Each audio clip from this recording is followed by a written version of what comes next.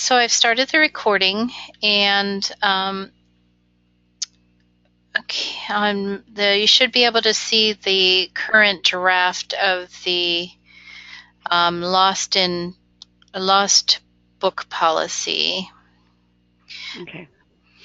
up on your screen. Okay, super.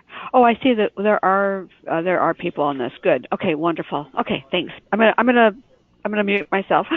Okay.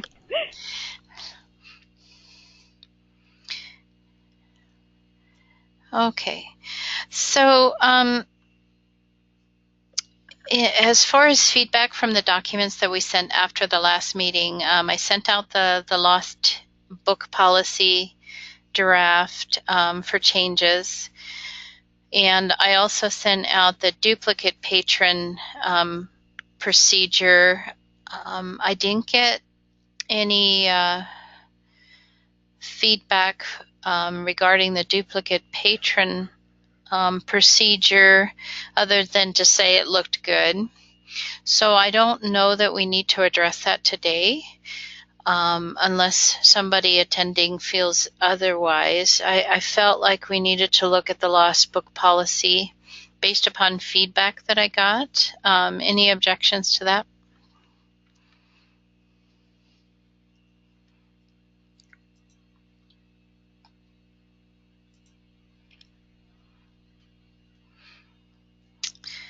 Okay, hearing none, let's go ahead and proceed. I heard from a couple people who thought this was a great start, but they were concerned that we also needed to address things that were damaged. Along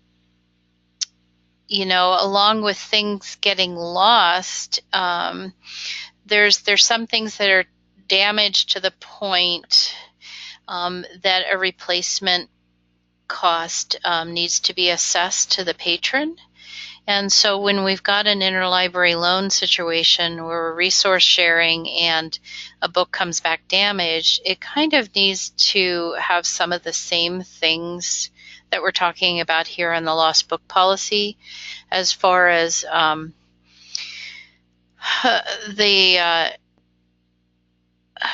the owning library needing to be reimbursed. My thought is that we should have a separate policy rather than trying to incorporate that into this lost book policy, and have a damaged policy for resource sharing. What do the rest of you think?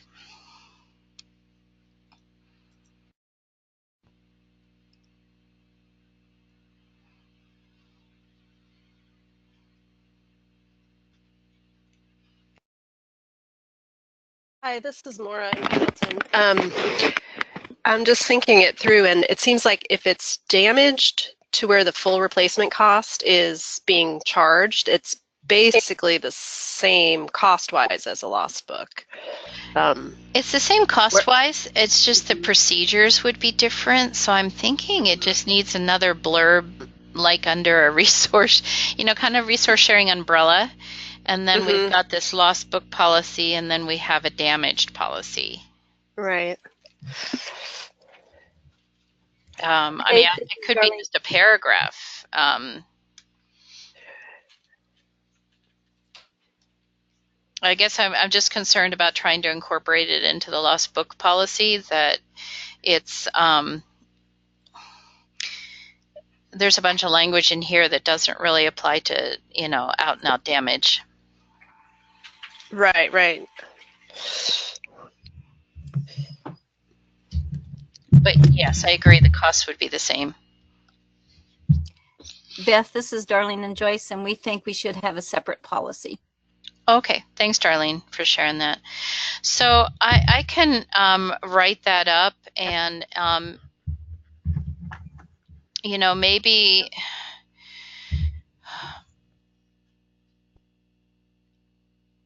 I'm just thinking that maybe this would be incorporated under resource sharing policies, and then there would be a subheading of lost book policy and then damaged materials policy within the resource sharing policy umbrella. The other concern that I had voiced via email was kind of a way to keep things consistent with, you know, some libraries are going to be good about checking the in-transit reports and following through, but there's going to be situations where things fall through the cracks, both by checking the in-transit reports, following up with the libraries, trying to find it, and then following through on charging the library. I guess there was some concern voiced that things have been paid for, but the money never showed up at the owning library. And how can we make that process more consistent? Any ideas?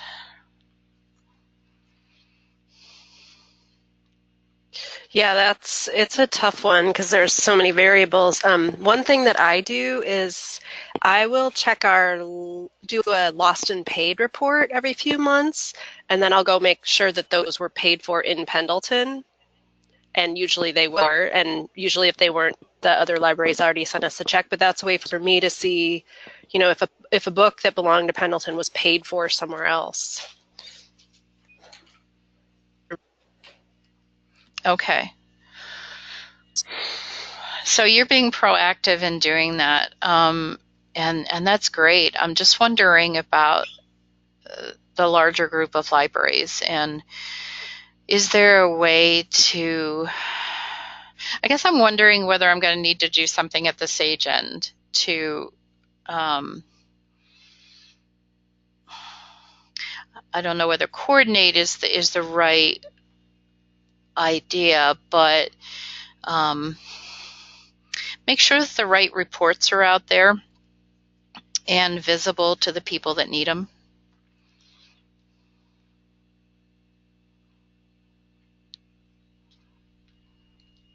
Feedback? Yeah, that seems very true and also kind of complicated, so good luck. Yeah. So this lost and paid report, Maura, is this something that you're running? Is it the circulation report by status, or? Yes, exactly. So I just do it in the quick reports. It's easy. I just pick lost and paid in our library, and then there's usually not too many on there.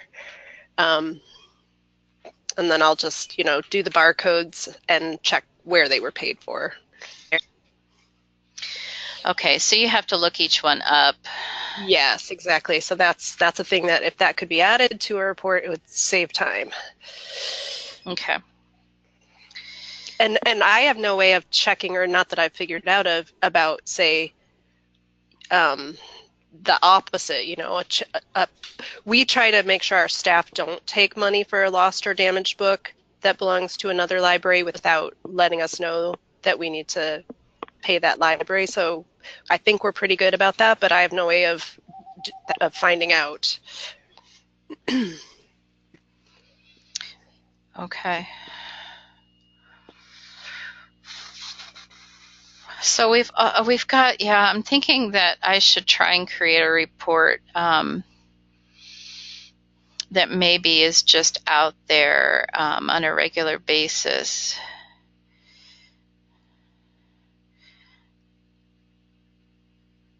Okay, so we've got two parts of this lost book policy. We've got things that are out there long enough in the lost category and the patron hasn't paid for it. The borrowing library should pay the owning library. And then we've got the lost in transit. And then we're going to add a damaged policy to this. So the damaged, I'm thinking that that's going to have to be at the discretion of staff. I mean, when a book comes in, say, an interlibrary loan book comes in to the circulating library, they notice it's damaged, they can mark it damaged at the check-in time. They're obviously going to charge the patron for the damage. And then that amount collected needs to go to the owning library.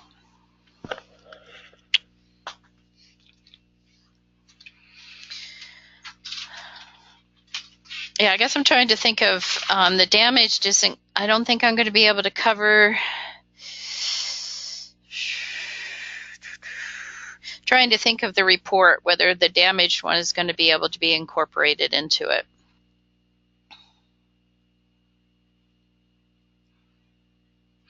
When an item is marked damaged,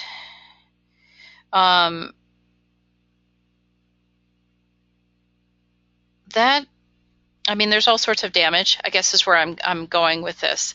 And it could be anywhere from $1 to or the replacement cost. Procedurally, do you guys add a charge to the patron's record when it comes back damaged? So we, in Pendleton, if an interlibrary loan comes back damaged, we usually have our interlibrary loan person either send a note or call, and we tell the patron that the owning library will decide how much to charge, and we tell them to go ahead and add that charge to the so we let the owning library decide what their policy is for charging for damage, unless it's like a no doubter and you know the thing's going to need to be replaced. Oh, okay. And then, yeah. So at discretion of owning library. Mm-hmm. Is and we put a note in the patron's account that, you know, a charge will be added from LeGrand for damaged book X or whatever like that, so they know it's coming. Okay.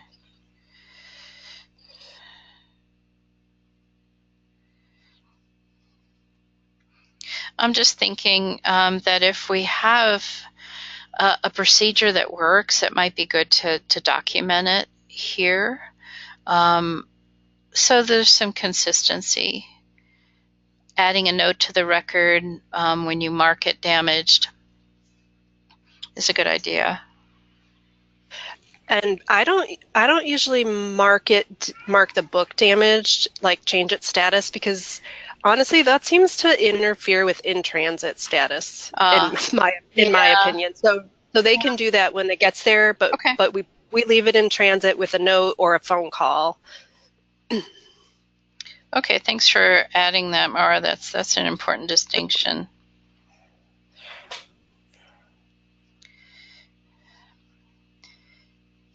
Add note about damage. Okay.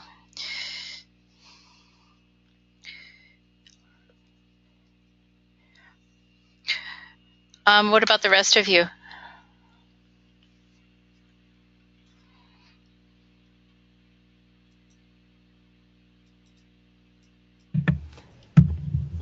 That's what's similar to what we do here in Ontario.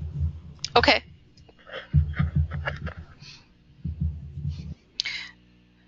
All right, sounds good. I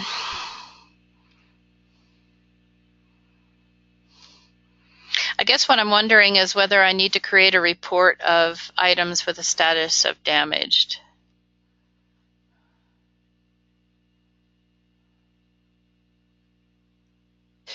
I'm not sure how much that would help with this, because we put stuff in damaged all the time that's just, you know, needing a quick repair that no patron has been charged for, and yeah. So I mean, it might be useful just to find things that have been sitting in damaged for a long time and maybe aren't actually on your mending shelf or whatever. But as far as the resource sharing, I'm not sure how helpful that would be. Yeah, I'm thinking it needs to just be handled a different way. And I think with the damage, there's kind of more visibility and awareness of the situation and the need to charge. Mm-hmm. So I don't think it'll fall through the cracks as much as some of these other items might. So yeah, I don't think we need to report on that. I think finding a report that will track things that have been lost for too long, for one thing, the 6 months and the patron hasn't paid for it, finding those, and then also the ones that have been in transit too long. So I'll work on trying to generate those reports and have you guys review them. Any other concerns about this policy?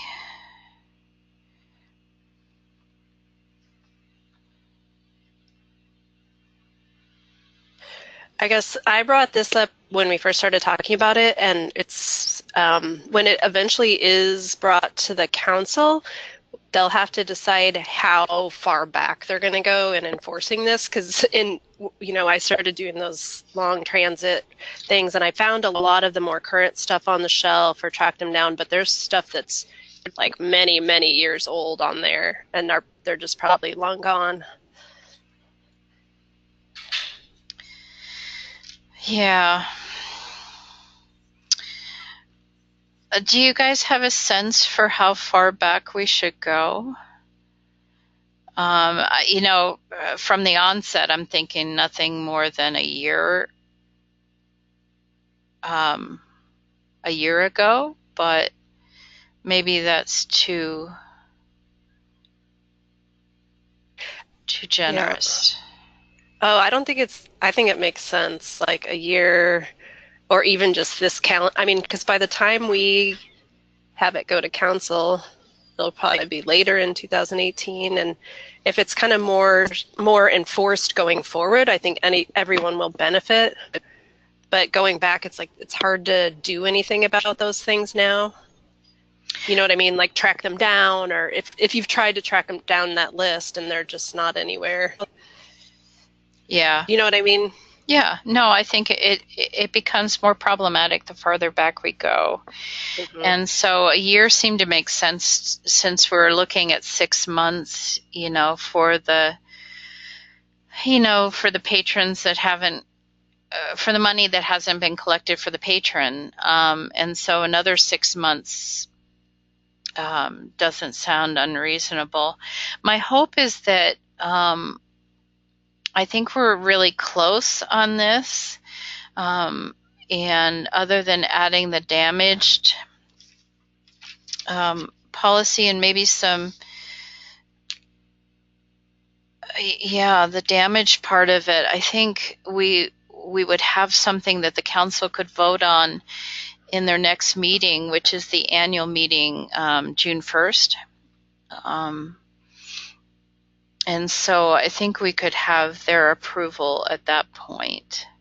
And I'll send out another draft for further review before then. Give people plenty of time to respond with feedback. But yeah, I think, thanks for bringing that up, Mara. I think we need to indicate how far back we recommend going, and so no more than a year.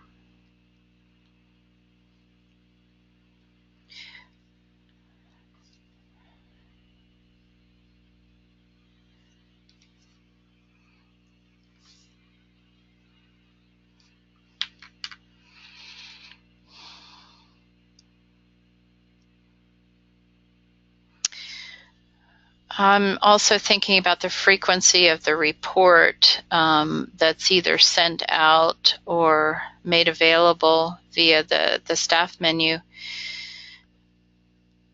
I'm thinking once a month. That makes sense to me. I doubt anyone will have time to work through it more than once a month anyway. So. Okay. And I think that's what that long transit one is that's in the auto reports. Isn't that monthly? Yeah, it is. Yeah.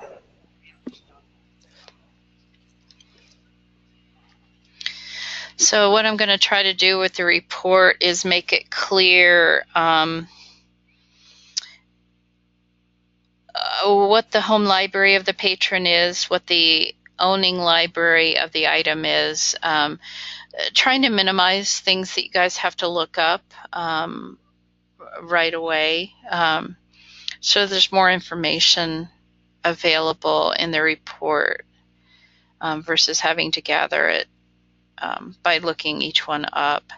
So, but yeah, like I said, I'll create that and let you guys take a look at it and see if you need other things on there.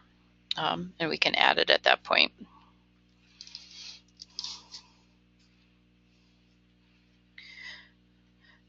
So any other things that you would like to look at in this policy, or are there other topics you want to discuss in the meeting today? I just have a quick one. If you're talking about doing a resource sharing thing with these different aspects, I think it would be nice to remind people to regularly pull expired holds off their hold shelf so they don't sit there forever while someone else is waiting for them. Oh, okay.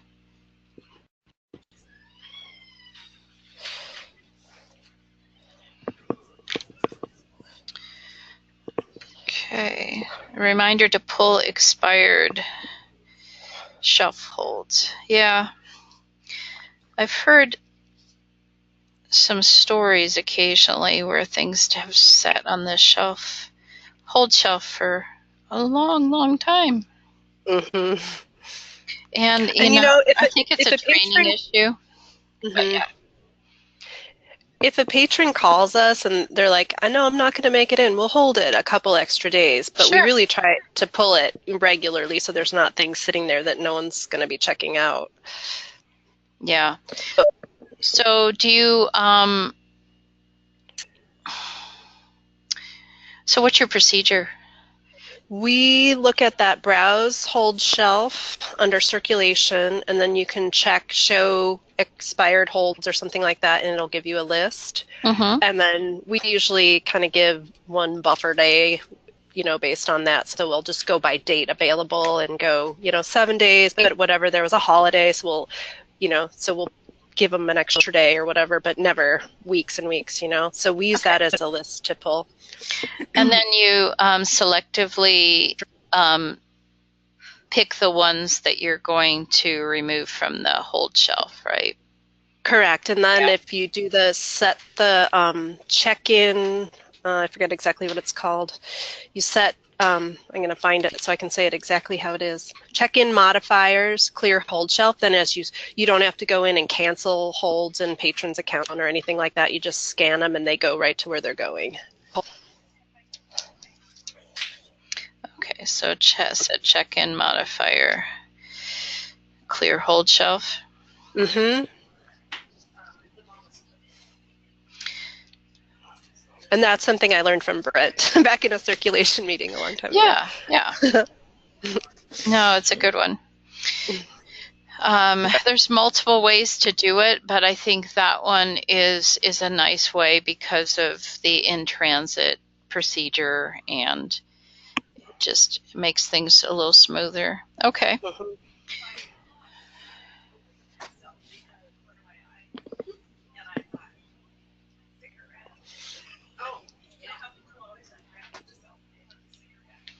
Okay. Anyone else?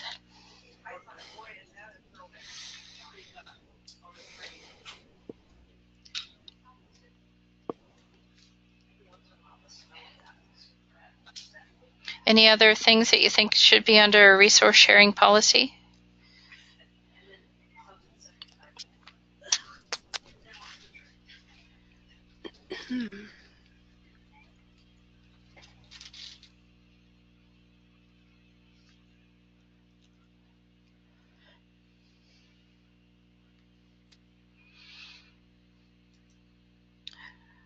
Okay, well, I will work on making the changes to this document and the resource sharing policy part of it.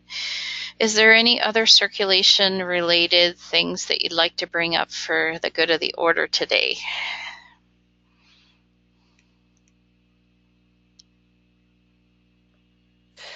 You mentioned that you only got positive responses about the duplicate patron account procedure. So it seems like we're good to just go ahead and follow that as we had written it up. Does that seem right? That is my take on it. Yes. Okay. All right. There was one email from Harney County saying that just a reminder out there that there could be some teachers who have both a public library card and a school card. Mm-hmm. So not only students, but keep in mind that teachers also might need to have a duplicate card because of things that they're working on with the school. Right. But that was the only caveat that I had received.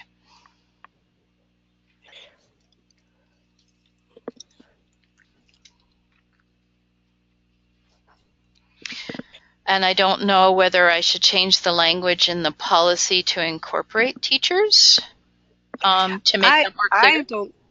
I don't think it should be necessary, but I'm not sure. Like, there's nothing I've seen that would cause a problem. Because, like, BMCC teachers have a staff. It's pretty obvious. Are you talking about elementary school teachers? Yeah. Yeah. Yeah. Yeah, I don't foreseeing it being an issue.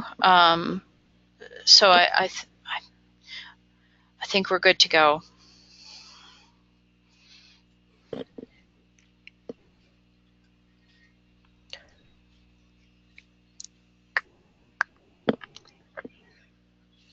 Anything that you would think in the circulation world that would make your life easier as far as the system is going? Oh, I have a question about that emailed receipts. It was, when it came out, it was only worked on the self-check. Is that something that's going to work eventually, where you can set email receipts as the default in a patron record? I'm trying to look at one right now. Okay. Do you know what I'm talking about? I do. Let me check into that more because I don't know offhand. Okay.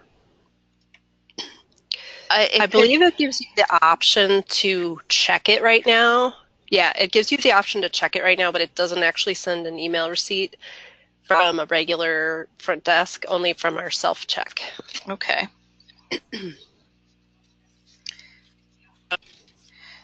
Okay. Yeah, I will research that and get back to you. Thank you.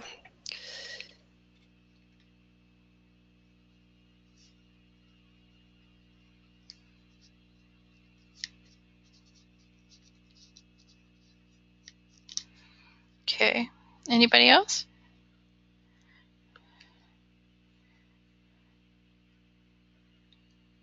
Okay, it looks like it's going to be a quicker meeting today. Thanks everybody for their input. Our next meeting will be the third Thursday in May, and between now and then, I will be sending out another draft of this policy to incorporate the new things we talked about, and also be asking for agenda items for that next meeting. So anyway, hope everybody has a great day, and thanks for joining the meeting. Thanks a lot, Beth.